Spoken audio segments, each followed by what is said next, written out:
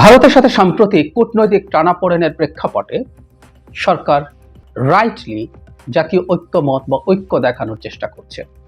সেটা ঠিক আছে, কিন্তু আমি বরং দেখব যে সরকারের কারণেই একটা খুব গুরুত্বপূর্ণ জায়গায় বিভেদের চিত্র আমরা দেখতে পাচ্ছি। সেটা হচ্ছে ছাত্রদের মধ্যে, এবং সরকারের দিক থেকে এই ভুলটা খুব বড় হয়েছে এবং সরকারের ভবিষ্যতে উচিত হবে এটা নিয়ে কাজ করা।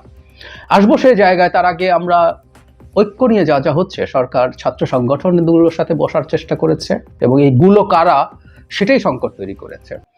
আর এছাড়াও রাজনৈতিক দল, সব রাজনৈতিক দল গিয়েছিল, অবশ্যই শেখ হাসিনা, তার দল এবং তার সাথে যারা অ্যালাই ছিল বাংলাদেশকে ধ্বংস করার পথে, 14 দলীয় জোট জাতীয় পার্টি বাদ দিয়ে বাকি সব দলকে একত্রে প্রধান উপদেষ্টা বসেছেন। এটা একটা চমৎকার পদক্ষেপ ছিল। যে ছবিটা আমাদের সামনে এসছে, এরকম একটা ছবি আমরা দেখতে চাই ভবিষ্যতের বাংলাদেশেও। যখনই আমাদের সংকট হবে, বিশেষ করে বহির কোনো শত্রু, ভারতকে আমরা শত্রু না বলি কিন্তু অন্তত এই মুহূর্তে তারা শত্রুর মতো আচরণ করছে, বহিঃশত্রুর কোনো আক্রমণের মুখে আমরা যেন এইভাবে এক হয়ে যেতে পারি। তার পরের দিন ধর্মগুরুদের সাথে বসেছেন, বিভিন্ন ধর্মের মানুষদের সাথে, সেটাও একটা সম্প্রীতির চমৎকার চিহ্ন ছিল। কিন্তু ছাত্রদের সাথে বৈঠকটা নিয়ে একটা মেজর সমস্যা হচ্ছে। আমি একটা খবরের দিকে আপনাদের দৃষ্টি আকর্ষণ করি। গতকাল ছাত্রদল একটা সর্বদলীয় বৈঠক ডেকেছে। সেখানে দুটো গ্রুপকে, বৈষম্য বিরোধী ছাত্র আন্দোলন এবং ছাত্র শিবিরকে ডাকা হয়নি। এটা নিয়ে অনেক আলোচনা চলছে, কিন্তু বৈষম্য বিরোধী ছাত্র আন্দোলনকে কেন না সেটার একটা প্রশ্ন আছে। যাই হোক, এই বৈঠকে পরে নানা ইস্যুতে তারা কথা বলেছেন। এখানে ছাত্রদল, ছাত্র ফেডারেশন, 8 বাম সংগঠনের মোর্চা, গণতান্ত্রিক ছাত্র জোট সহ 28টা ছাত্র সংগঠন, এর মধ্যে অনেক ইসলামী দলের সংগঠন ছিল। সো ডান বাম মধ্য সবাই একত্রে একটা ভালো মিটিং হয়েছে, কিন্তু এখানে ডাকা হয়নি বৈষম্য বিরোধী ছাত্র আন্দোলনকেও। কেন? মঙ্গলবার, কারণটা এখানে লেখা আছে, বৈষম্য বিরোধী ছাত্র আন্দোলন এবং জাতীয় নাগরিক কমিটির 20 জনের একটি দল প্রধান উপদেষ্টার সঙ্গে বৈঠক করে। এর পরদিন অর্থাৎ বুধবার বৈষম্য বিরোধী ছাত্র আন্দোলন ছাত্র সংগঠনগুলোকে বৈঠকে ডাকে। শিবির সহ অন্যান্য ছাত্র সংগঠনের সঙ্গে সেই বৈঠকে আগামী ফেব্রুয়ারির প্রথম সপ্তাহে নির্বাচনের ব্যাপারে সিদ্ধান্ত হয়। প্রধান উপদেষ্টার সঙ্গে মত বিনিময়ে না ডাকায় সেই বৈঠকে ছাত্রদল, ফেডারেশন, ছাত্র অধিকার পরিষদ, গণতান্ত্রিক ছাত্র জোট যায়নি। ছাত্র সংগঠনগুলোর অভিযোগ, বৈষম্য বিরোধীরা তাদের পর্যাপ্ত সুযোগ দিচ্ছে না, প্রয়োজন হলেই কেবল ডাকে, প্রয়োজন শেষে আর খোঁজ নেয় না। একটা জিনিস আমরা খেয়াল করি, প্রধান উপদেষ্টা যখন ছাত্র সংগঠনগুলোর সাথে বসছেন তখন শুধু নাগরিক কমিটি আর বৈষম্য বিরোধী ছাত্র আন্দোলন গেছে। প্রশ্ন হচ্ছে কেন? অত্যন্ত বড় ভুল করেছে। আমরা যদি এই প্রশ্ন করি, বৈষম্য বিরোধী ছাত্র আন্দোলন কি চেয়েছিল যে আর কেউ না যাক, শুধু তারাই যাবেন, প্রধান উপদেষ্টার সাথে বৈঠকের অধিকার শুধু তাদের আছেন? যদি তারা সেটা চেয়েও থাকে, সরকার সেটা মানলো কেন? প্রধান উপদেষ্টা সেটা গ্রহণ করলেন কেন? তাদের এই প্রস্তাব, তাদের এই চাওয়া, এর মাধ্যমে কি একটা বার্তা দেয়া হলো না যে অন্য ছাত্র সংগঠনগুলোকে সরকার রেকগনাইজ করছে না? অথচ এখানে কিন্তু সর্বদলীয় ছাত্র, মানে একটা ঐক্যমত্যের কথা ছিল। সব দল মিলে যে ছবি প্রধান উপদেষ্টা তুলেছেন, সব ছাত্র সংগঠনের নেতাদের সাথে একই রকম একটা ছবি কি আর অনেক গুরুত্বপূর্ণ হতে পারতো না? পারতো। সুতরাং ভুলটা ওখান থেকে শুরু হয়েছে। এবং এরপর যখন অন্য সব সংগঠনের, শুধু ছাত্রদল না, কেউ বলতে পারেন ছাত্রদল যাচ্ছে না, এর মধ্যে বাম ছাত্র সংগঠনগুলো, ছাত্র ফেডারেশন এবং ওই যে 8টা বাম দল যারা আছেন, তাদের যে জোট আছে, তাদের জোটের যে সংগঠন সিপিবি সহ, বাসদ সহ, এরা এই জোটে আছে, তারাও কিন্তু যাননি। কারণ হলো তাদেরকেও ডাকা হয়নি।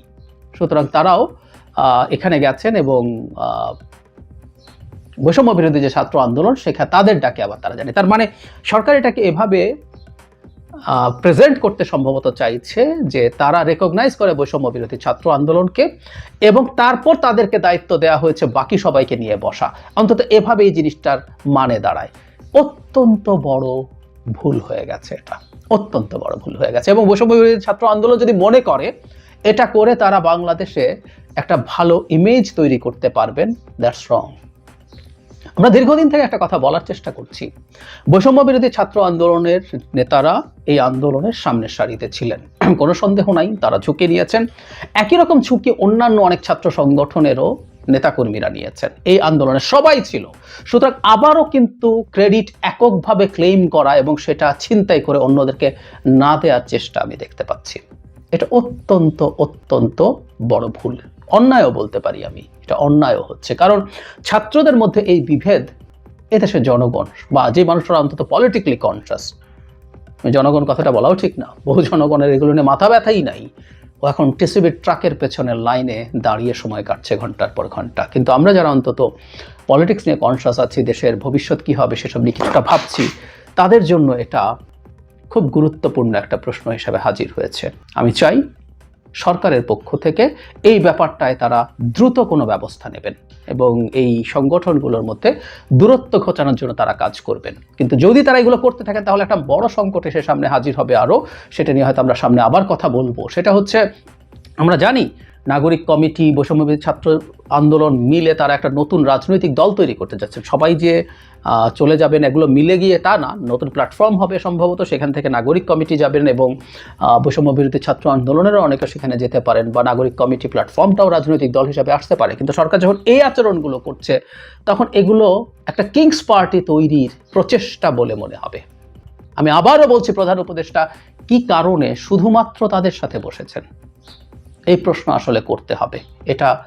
এই প্রশ্ন যদি না করি তাহলে আমাদের ভবিষ্যৎ রাজনৈতিক পরিস্থিতি, আমাদের রাজনৈতিক এনভায়রনমেন্ট সমস্যার মধ্যে পড়ে যাবে এবং তখন এই ব্র্যান্ডিং হবে বা এই ঘটনাই এটার ভিত্তি হিসাবে কাজ করতে পারে যে একটা কিংস পার্টি হতে যাচ্ছে এবং সেটার কারণেই সরকারের দিক থেকে এদেরকে এন্ডোর্স করা হচ্ছে।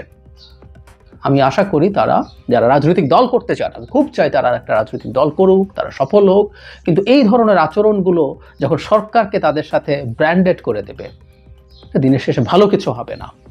তাদের রাজনৈতিক যে পরিকল্পনা আছে, উদ্দেশ্য আছে, সেটা ভালো কিছু হয় না। তাদের এই ব্যাপারে সতর্ক থাকা উচিত এবং আমি বিশেষ করে বৈষম্য বিরোধী ছাত্র আন্দোলনকে বলছি, ইভেন সরকারও যদি কথার কথা যদি চাইতো যে শুধু তাদের সাথে বসবে, তাদেরই তো বলা উচিত ছিল আমরা সবাইকে নিয়ে একসাথে বসতে চাই। সবারই প্রধান উপদেষ্টার সাথে বসা এবং এই সলিডারিটি দেখানোর ইচ্ছে থাকবে, আগ্রহ থাকবে, কিন্তু সেটা হয়নি। আমি আশা করি বৈষম্য বিরোধী ছাত্র আন্দোলনের পক্ষ থেকে এবং বিশেষ করে সরকারের পক্ষ থেকে এই ভুলটা কাটিয়ে ওঠার জন্য সর্বোচ্চ চেষ্টা